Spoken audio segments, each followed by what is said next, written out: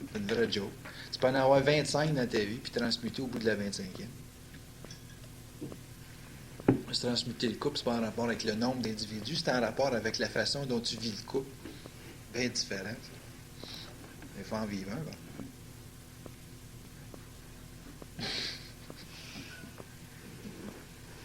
Parce que l'argent qui circule là-dedans, dans le couple, c'est là que tu comprends ton association avec l'autre. C'est quand tes argents sont mêlés clairement. Là. Tu sais, clairement, là, ça se mêle, puis il n'y a pas de doute sur comment est-ce que l'autre peut partir avec. Parce que tu sais que l'action, quand tu sais que l'action avec l'autre est claire, il n'y a pas de problème au niveau de l'argent.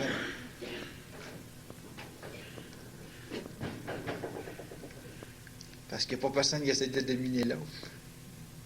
Mais si moindrement que tu joues encore au boss et à soumis, chacun son tour, tu ne mêles pas ton argent. Hey, il y en a un qui hey, si quelqu'un se soumet puis tu y passes de l'argent, tu ne passeras jamais de l'argent à un esclave. Hey, jamais.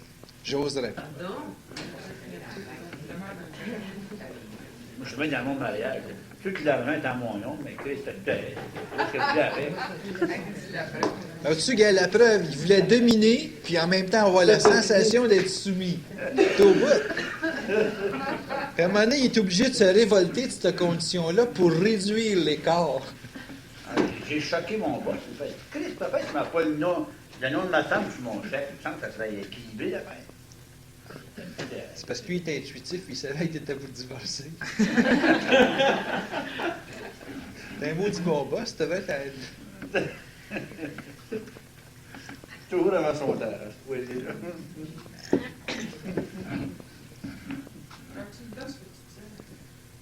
Je disais quoi? Mêler l'argent dans un couple, c'est la concrétisation absolue de la confiance que les gens se font pour une action commune. Moi, il y a un bonhomme qui m'a bien impressionné, de l'ambition. Il pouvait devenir millionnaire à volonté. Parce qu'il dit, tout ce que j'avais à m'arranger, c'est d'avoir des bons contacts avec des gens qui me fassent confiance pour partir en quelque part. Il dit, quand je divorçais, je donnais tout à ma femme, puis je me gardais juste une dizaine de mille piastres. Puis là, il dit, j'avais mes contacts, puis mes contacts étaient suffisants pour que je recommence. Il a commencé 4 fois sa vie de même, à travers 4 mariages.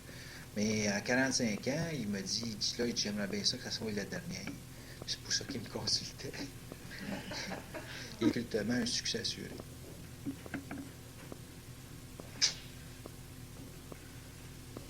Il y avait le taux qui est fan, il y avait le taux d'argent. Le taux,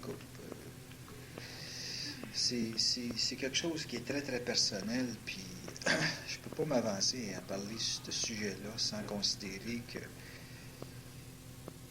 pour moi, mélanger de l'argent avec quelqu'un, c'est relatif à l'action que tu sais que tu vas vivre avec la personne. Fait que c'est bien évident que si je rencontre une personne puis que j'ai pas la sensation d'une permanence, parce que c'est très karmique, ce phénomène-là. Si j'ai pas la sensation d'une permanence, il va y avoir quelque chose de moi qui va le découper. Puis si je me lance en affaires, le moindrement, se lancer en affaires ou se lancer dans un mouvement commercial, ça implique une pensée qui va faire circuler d'autres personnes à un moment X de notre vie. Fait que tu peux avoir dans un couple une perception philosophique ou psychologique du couple, mais tu peux avoir aussi, au-delà de cette perception philosophique, une conscience karmique dans ton thème. Puis cette conscience karmique-là, c'est comme si tu sentais que tu avais une programmation dans laquelle tu ne pourras pas être lié dans l'action à l'autre en permanence. Tu ne peux pas l'expliquer. Tu peux entendre Ménard, Bernard, Joseph, Arthur parler de toutes sortes de patentes. Tu peux lire des livres sur tous les docteurs et les philosophes de ci ou de ça de la planète qui vont dire qu'un couple, il faut que ça se vive de telle façon, qu'il faut que ça se fasse comme ça, il faut que tu investisses de telle façon, papa. Puis toi, là, en dedans de toi, tu écoutes ça, tu trouves ça intéressant, mais allez, on verra. Ça en pense, Pauline? T'as-tu de l'allure? Moi, je pense que c'est enregistré qu'on va tourner ça dans 10 ans, que ça va être dans des casiers, des micros aussi. Elle a quelque chose de... Ah, mais dans le salon, on parlait de pilote de ski. Qu'est-ce que tu penses qui se passerait? Établir un niveau de relation pour que les gens, des fois, c'était pas tellement au niveau du fait que vous allez manger pour 200 pièces parce que si j'en remplirais mon frigidaire pour 200 pièces de pain, puis de bananes, puis de ci, puis de ça, je te dis, j'en aurais pour un escousse. C'est pas d'être mine, comme on dit. Pas d'être mine, mais d'être mine. Mais c'est d'être capable de faire voir à l'autre que vous êtes capable d'y aller. Comprenez-vous ce que je veux dire? La confiance que quelqu'un peut vous faire, c'est tout le temps en relation avec la capacité de flyer. Si vous êtes capable d'être capoté puis de rester stable dans votre capotage, l'individu va dire « Wow, j'ai affaire à un pro ».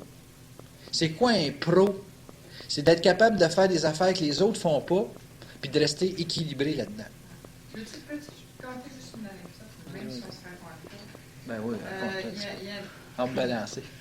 y a 17-18 ans. 17-18 ans, non.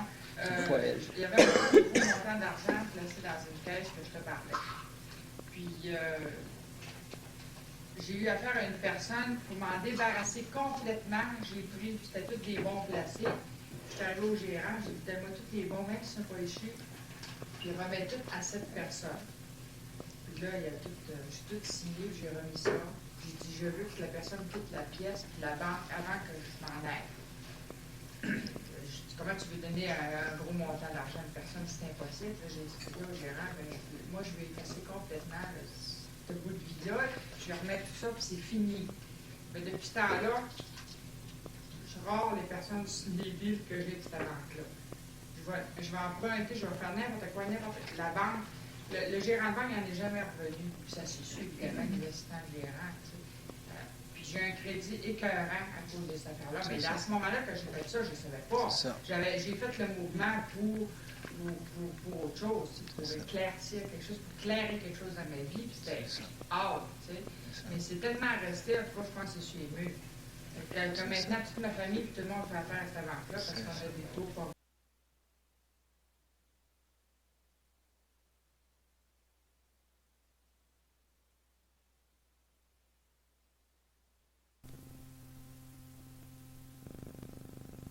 Ensemble ou qui veulent avoir une activité ensemble, ils attendent toujours que l'autre l'habite. Fait que tu peux pas être avec quelqu'un qui cherche toujours à déménager. Fait que si tu vis avec quelqu'un qui cherche toujours à déménager, tu peux pas te sentir habité, puis tu ne t'entends pas habiter, tu peux pas par conséquent investir avec. Okay? Mais, OK, on disait tout à l'heure que chacun a sa façon de gérer ses affaires, on ne discute pas ça. Mais le point est, c'est que peu importe ce qu'on fasse dans la vie, en termes d'association ou de travail avec un client ou avec un groupe de clients, il y a des gens qui me parlaient qui étaient intéressés au massage, puis à se partir à leur compte, ces choses-là. Il faut que l'individu à qui tu donnes un produit soit habité par ton produit à son rythme à lui, pas à ton rythme à toi. Fait qu'il faut que ce que tu veux créer ou échanger avec l'individu réponde à son besoin et qu'il soit respecté dans son rythme. Si tu ne le respectes pas dans son rythme, tu vas tout simplement te couper ou te couper non seulement de l'individu, mais te couper de ta propre créativité à un moment donné parce que tu vas douter de ton propre potentiel parce que tu ne sauras pas communiquer avec. C'est pour ça que la communication au niveau de la parole, c'est si important. Que la communication au niveau de l'action, c'est si important. En fait, c'est le pivot même de la réussite d'un individu.